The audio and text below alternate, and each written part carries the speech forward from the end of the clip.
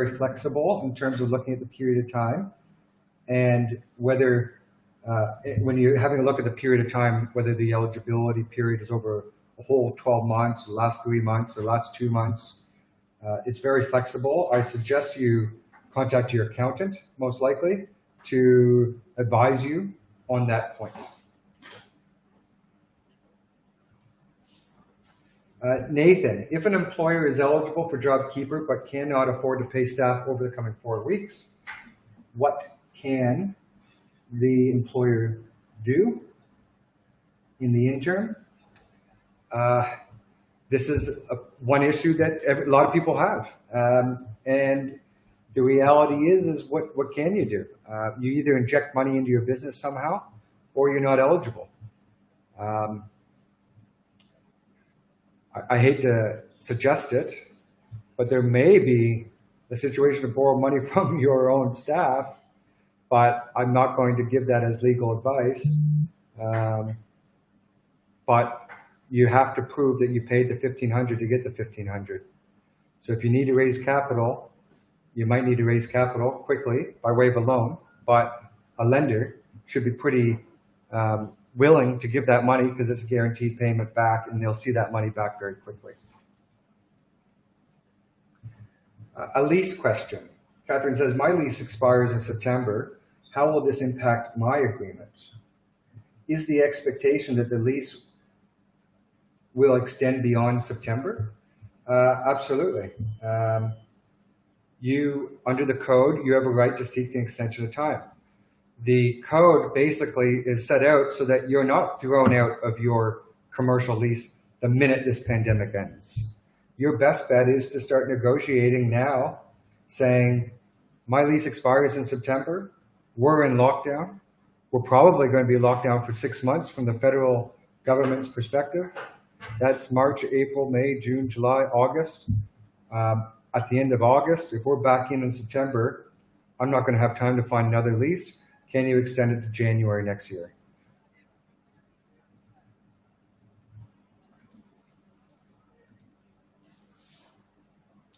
Residential landlords, the code is not to residential landlords. That code is specific to commercial leases. Aaron says, I have a company with 2 directors, no staff. Can we apply? The answer is no. You have to be an eligible employer with eligible employees. And eligible employees is an employee on the books on the 1st of March who ASIC is aware was on the books as the 1st of March. And therefore, no, it doesn't apply to directors. But I suggest you contact your accountant immediately and have a discussion with your accountant about that, because there may be a situation that you are eligible. Or you can contact LawPath and talk to a lawyer about that.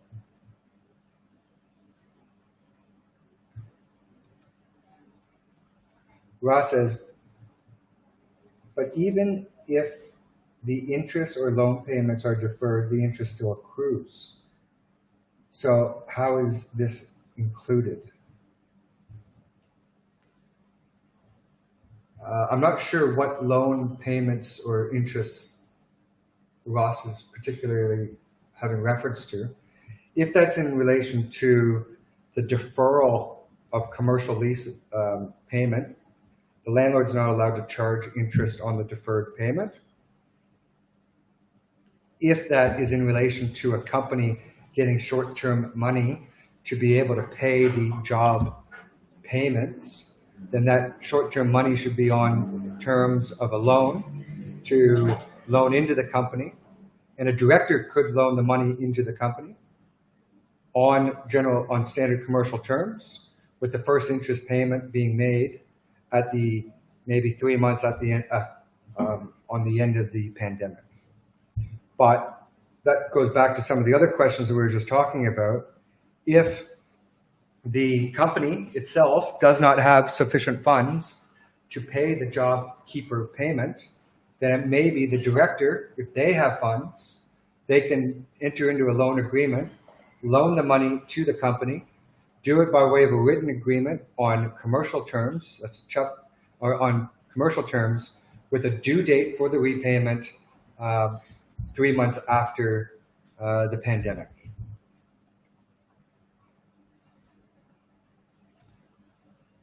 Does the code apply to superfunds who are leasing?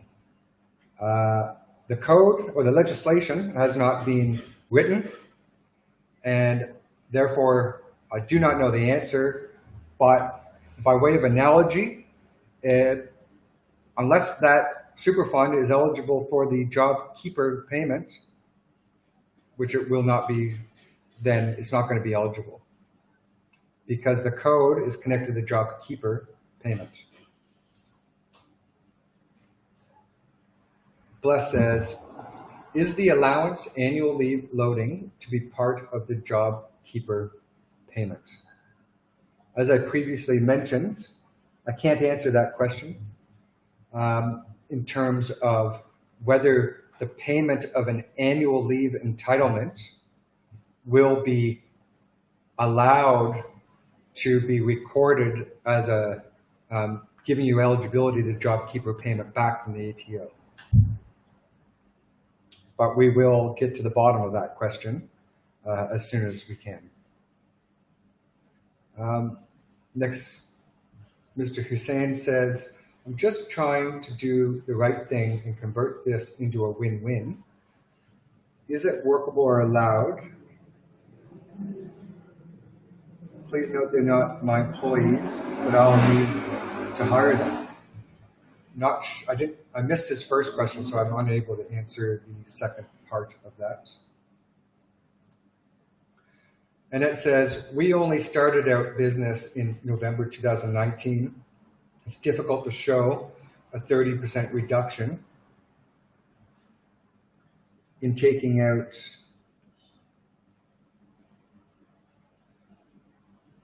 or 30% reduction in takings. Our lessor is asking for financial proof of loss. You're probably going to have to get your accountant on board, because if your accountant certifies or provides you with a letter that says that he believes that you're or she believes that you're eligible to a job keeper payment, then you should be entitled to provide that to your landlord, and you'll have to deliver up your finances, profit and loss and managing accounts since November to show that there's been a reduction, or another means to show that there's been a reduction of work. Smart Property Advisor said there's a big difference between loan repayment deferral and interest component capitalize. Moratorium is on repayments, not interest. How can that scenario translate to a $3,000 reduction in rent for the tenant? This goes back to the example that I gave earlier in the presentation. All I was trying to say was that if the landlord has had a stay on its payment to a financier without any additional interest having to be paid, then that landlord should be passing that benefit on to the tenant.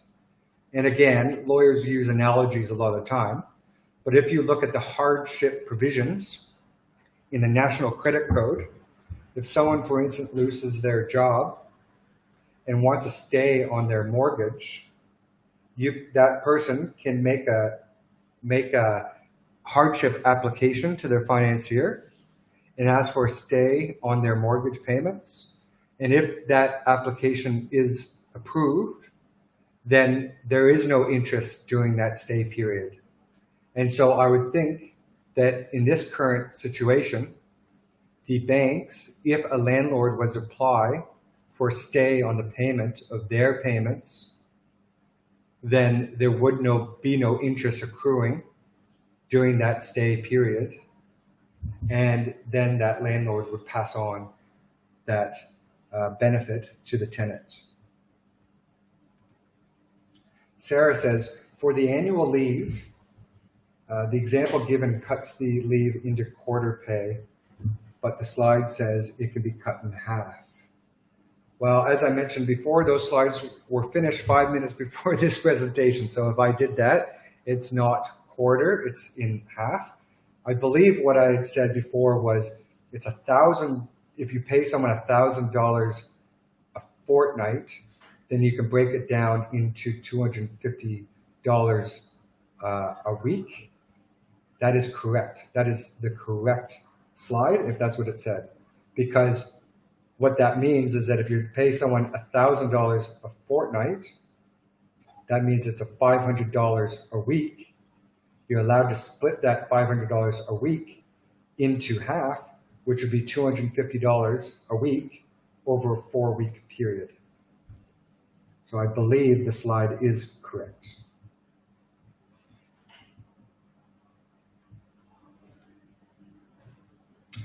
Martin says, over what period does the average decrease apply? That's going back to the job keeper payment calculation of the 30% reduction. There is no period.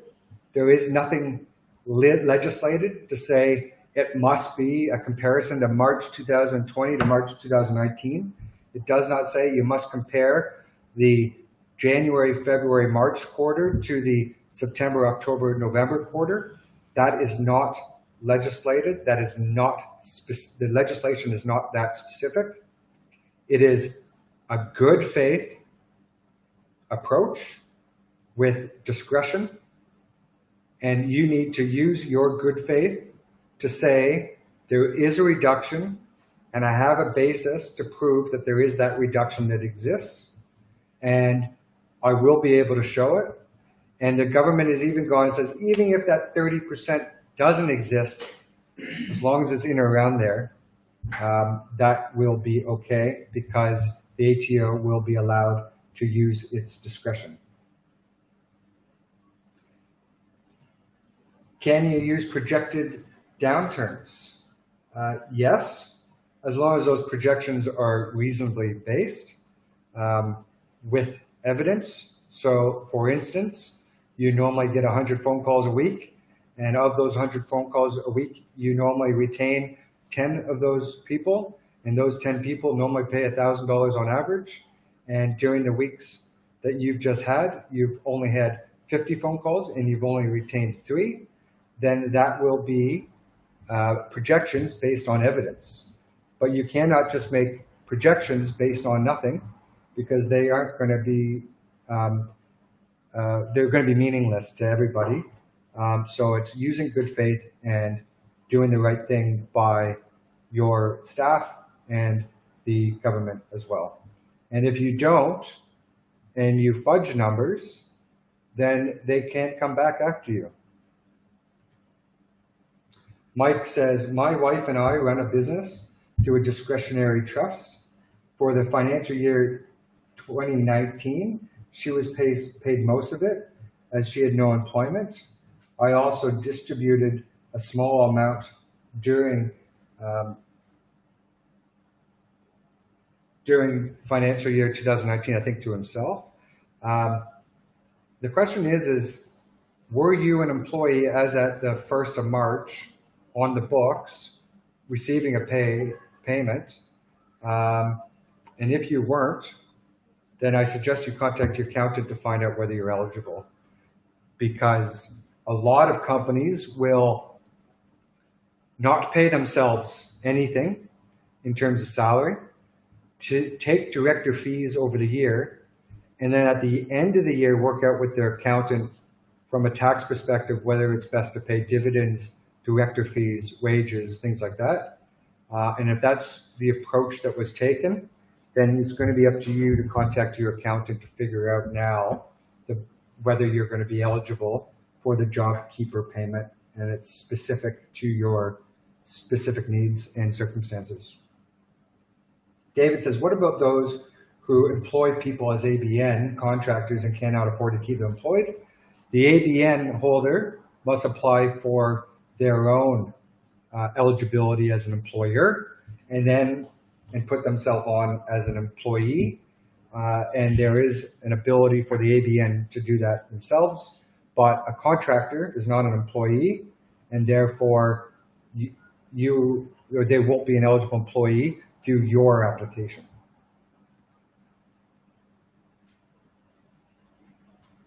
Next one is, what about the employee is a contractor on his ABN? As I mentioned, an employee or a contractor is not an employee. A contractor is a contractor. And you have him as a contractor or her as a contractor because you've chosen not to have that person as an employee. So if they're a contractor, they're not an eligible employee, they're a contractor. They can make their own application, but they can't go through yours. Matthew says, I believe it applies to downturn in personal services income for a company that has 2 employees. Could you please confirm? And I'm having trouble reading the rest of that. And I can't see the rest of your question, but hopefully I've answered it in answering my other questions.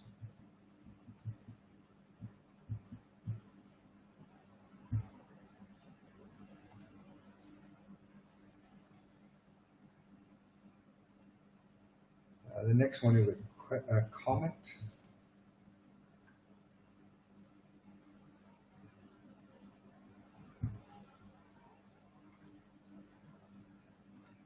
For income received from the ATO for JobKeeper, do we have to pay GST?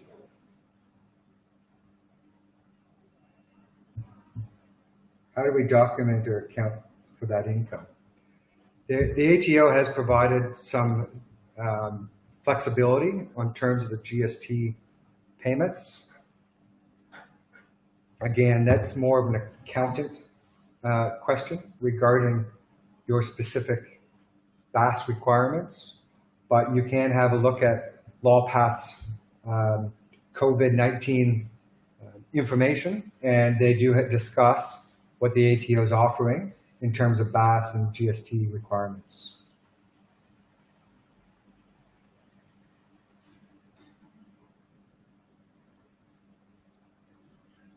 Got a large question here from Facebook. Mike says, my wife and I run a business from a family trust with corporate trustee. We are regulated for GST and pay ourselves via trust distribution. 2019, most of it was paid to my wife and only $35 or $35,000 to myself.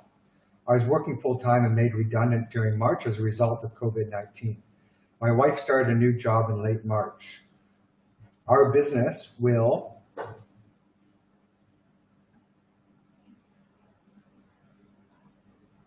suffer a 70% drop, and we will continue to operate. And I would be the only person nominated for JobKeeper. Am I eligible to keep the JobKeeper payments in this scenario? Yes. Yeah.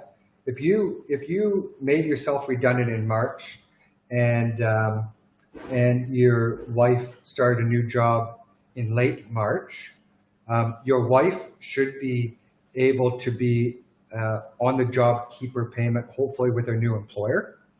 And if she is not, I recommend she makes sure that that new position is safe, because you are able to bring her back to your family trust or to the corporate trustee and put her on JobKeeper payments under your company, even if she's quit that position. And even though you've made yourself redundant, you're able to come back now and re-engage yourself, and you're definitely still entitled to JobKeeper payments, even though, and if your company, because it has made a 70% drop in the business and maybe has no money available to pay your JobKeeper payments, I would suggest that you personally could lend money to your trustee or your corporate trustee for the trust by way of a loan agreement, lend that money into the company, get that company to then pay you the $1,500, and then you'll then be eligible for the JobKeeper payment back from the ATO, and then you can get paid back personally or $1,500 at a later date from your corporate trustee.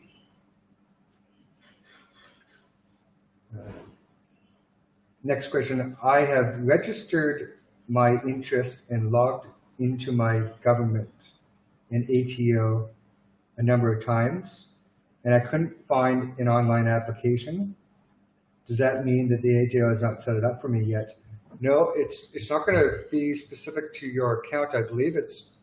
You just go to the website and register. So just follow the links that LawPath has laid out, or at the end of this slide, which are here. And you can, go to the website and find the application.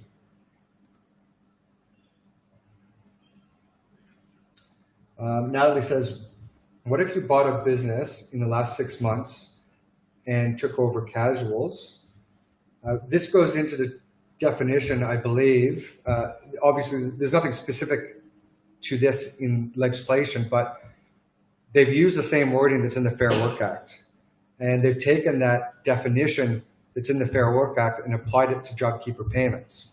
And that is that a casual employee can be deemed to be a permanent employee or a part-time employee in certain circumstances where they've been working the business on a regular basis for more than 12 months. And so you then look, in this scenario, if the employee's been working in 2 different businesses and you just bought the business, the question is, did you buy the assets or did you buy the shares in the business? And then if you bought the shares in the business, then you're going to be, they're going to be continuous and they're going to be working in that business for 12 months.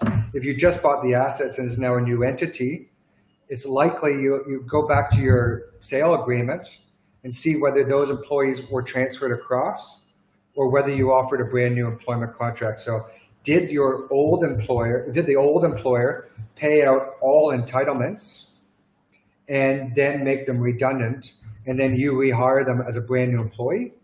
Or did they transfer across, and was there an adjustment in the sale price whereby the sale price was reduced down to take into account for the accrued entitlements of the specific employees? So have a look at the transitioning employee or transfer employee provisions in the Fair Work Act. But if they're transferring employee from one entity to another, then they're likely to benefit from this JobKeeper payment. We've reduced staff from 2 to 5, was expecting to stand down completely with no pay.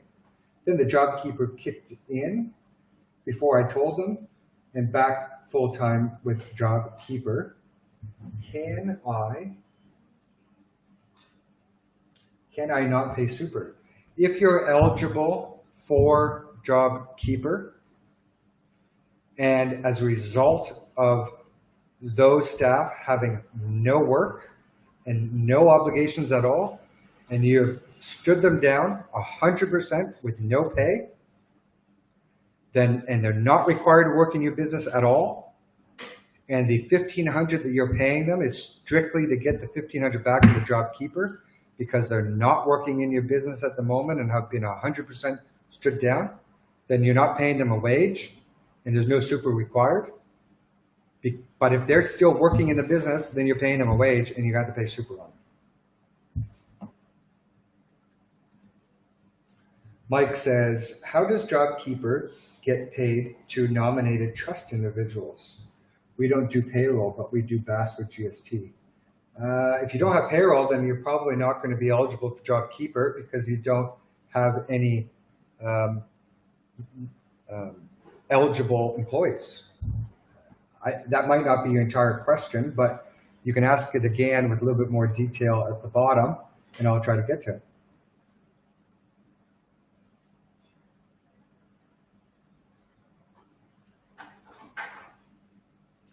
Is there an online application for Job Seeker available already? Yes. That's been around for quite a while. Don't confuse Job Keeper and Job Seeker. People are only allowed to get one or the other. Yeah, just Google it, you'll find it. Finlay has asked the same question a couple of people have asked is, can we top up the job keeper with some leave-in payments? I don't have an answer to that. I'm trying to get to the bottom of that. I had a long discussion with my client late last night on those issues, and I'm working on getting an answer to it.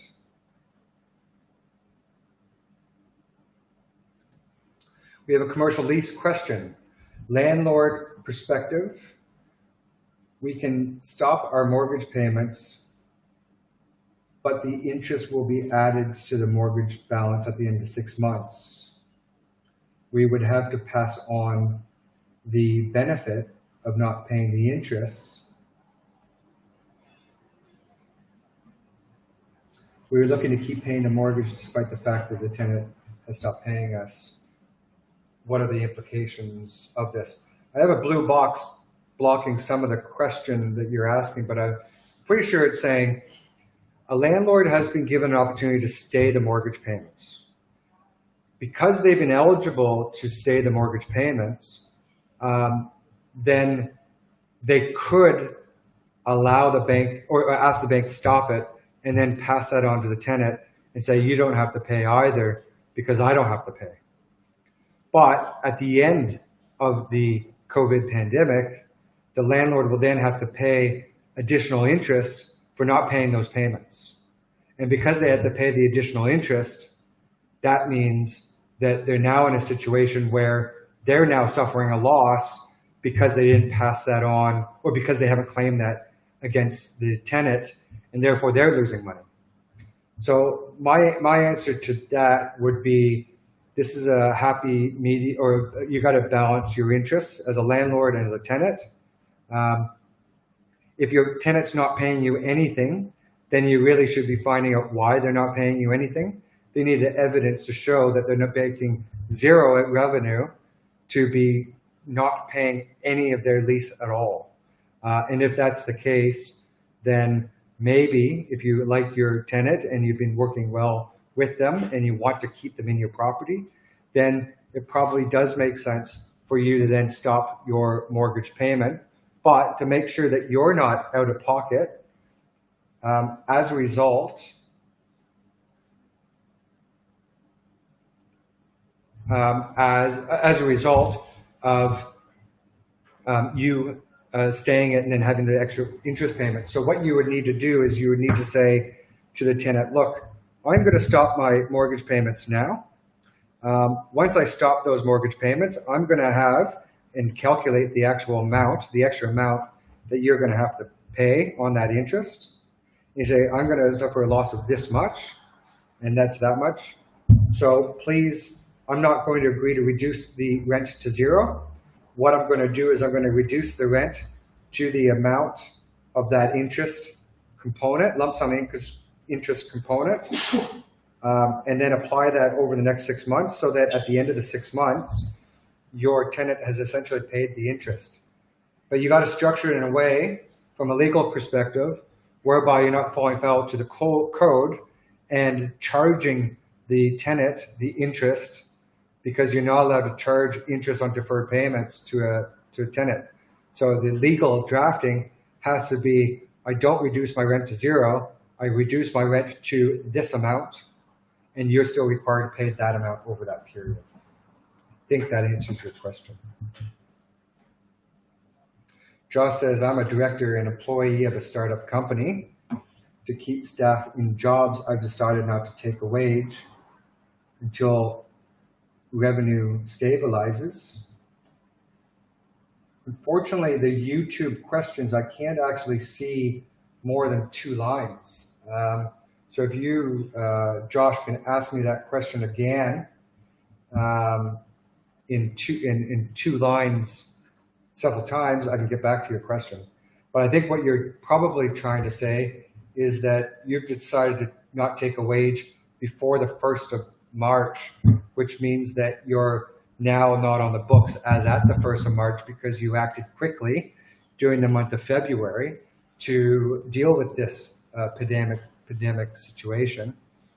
I would suggest you contact your accountant and I would think that you may be able to find a workaround through your accountant, or you can contact a lawyer or myself, and there might be a way to deal with that if the specific reason why you have stopped your wage was specifically to deal with the pandemic situation. And if you have evidence to support it, then they're not, I can't see the ATO punishing someone that took quick measures back in February to help everybody and keep people in their jobs. Alana says, if you were directors who took pay last year, but did not take pay so far this year, it's the same question I think we've got about a dozen times. The legislation is fairly clear. You have to be an employee. You have to be on the books as an employee. If you were taking a wage, but you have canceled it early, or something along those lines, I think it's really looking at your specific case, going to your accountant and dealing with your accountant and getting the right information to you. It's very hard for me to give specific information or specific advice to your current situation.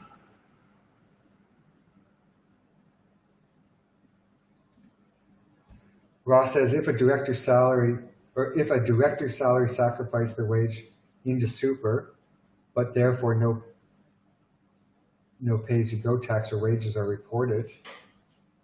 It's getting into more of a accountant question. Once you start dealing with tax issues and superannuation contributions, you're probably best off to ask your accountant regarding your specific question. Even though JobKeeper is fairly wide, everybody has their own personal circumstance, and it's very difficult for me to be able to advise you on that specific question.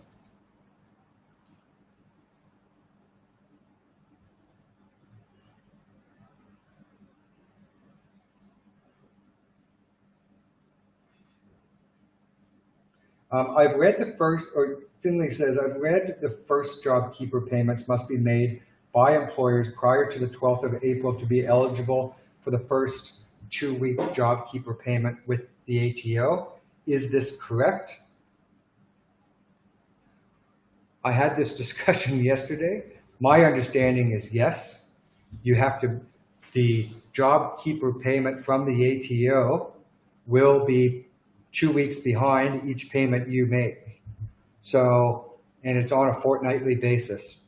So you have to pay your JobKeeper payment on the 12th. You should get paid on the 1st from the government. You then make it on the 30th. You should get paid from the government on the 30th, and so on. And it's going to be a cycle of you having to prove payment. And remember, this is a fortnightly payment. It's not a monthly payment. So if you don't pay it fortnightly, then I can't see you being eligible to a fortnightly payment from an ATO. You have to be within their cycle as well. So as far as I'm aware, the answer is yes, that is correct.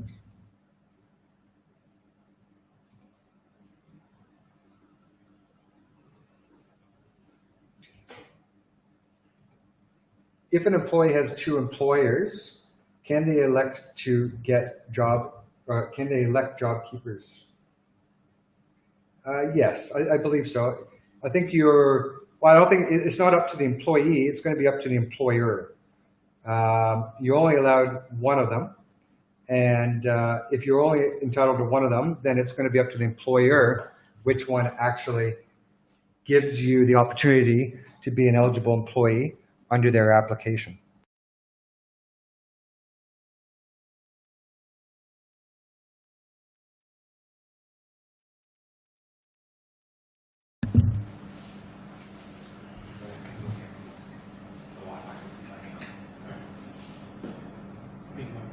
Natasha says, can we pay what we can now, and then once the payment starts in May, then pay them $1,500? No, you have to pay $1,500 to get the $1,500. If you don't pay the $1,500, you're not going to get the $1,500 back. So if you personally want to lend money into the company to make that payment, enter into loan agreement, top it up, make the payment, you can get paid back after. But if you don't make the payment, you're not going to get the payment.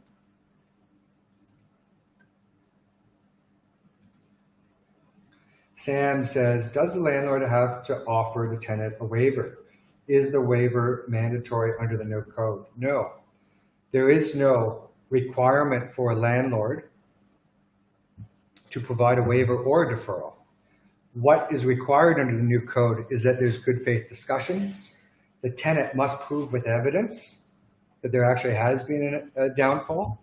So the first step is determining whether the tenant is actually eligible to the job keeper. If they're not eligible to the job keeper, then the code's not going to apply. If they are eligible to the job keeper, then you'll be able to see a reduction in their turnover, which means that there is now good faith discussions. How much do you reduce their rent by? Do you reduce their rent at all? Do you waive it or do you defer it? That's all going to come down to circumstances on a case-by-case basis. There's no requirement for the landlord to pass it on. But if the landlord does receive a benefit or is able to receive a benefit from their financier, such as staying their mortgage payments, then it would make sense for the landlord to want to keep the tenant in the lease. And because there's going to be a lot of vacancies, if a landlord simply doesn't offer that waiver or deferral, and as a result of that, they lose their tenant, it's going to be very difficult, I believe, to find a new tenant to come in. And it's going to be a very, very long time to overcome that vacancy. And you also have to obviously give your fit-out contribution and your rent-free period all over again. So I've seen so many scenarios where a landlord will refuse to give a favorable rent contribution or a favorable fit-out contribution or rent-free period, and then they end up not having any time at all, or not having any tenant at all. You just got to weigh up how much would you lose if you didn't have a tenant because of the vacancy, and then make a decision whether it's going to be a deferral or waiver, and just negotiate in good faith. Now, we've been going for questions for almost 45 minutes or more, so we're going to start closing it up now. I'll just answer the last couple, and then if you do have any questions, you can reach me. Lawpath has posted links to get a hold of me. Harsh has asked a question which is similar to other previous questions. It is specific to your personal circumstance. My recommendation is to contact your accountant. And I'll finish up with this last question, I think, Stacy. It's a very long one, so hopefully it's a good one. I'm forced to close because in 100% business loss. I have a day spa massage, and it's most likely to last for a long time. I'm not going to be reopening anytime soon. Can I simply propose not to pay any rent till income starts coming in again, as there's no way for me to adapt to this scenario? This is getting, and then the next question is, I'm not comfortable in signing any longer lease due to such unknown circumstances. The Centrelink and government payments, there's very little to live alone, or let alone pay back commercial lease. What are we supposed to do? There's a lot of people in this scenario. And then if I don't pay, obviously they'll kick me out at the end of the at the end of the eviction period. There's lots of people in this scenario. And the situation is that you are eligible for the job keeper payment. You are to approach your landlord and try to negotiate. You obviously don't have any money to pay your commercial lease at all because your business is closed. Your business is now closed by law because the government has legally shut it down.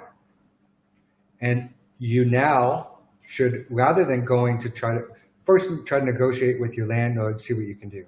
And if you cannot, I recommend you get a hold of a lawyer, because in your commercial lease, there is a specification dealing with what's called a frustration. The contract's been frustrated. By law, you are not allowed to operate your business. That means that potentially you are going to be eligible to a frustration to terminate your lease. But you've also spent a lot of money on fitting out your property, and you also probably don't want to lose it.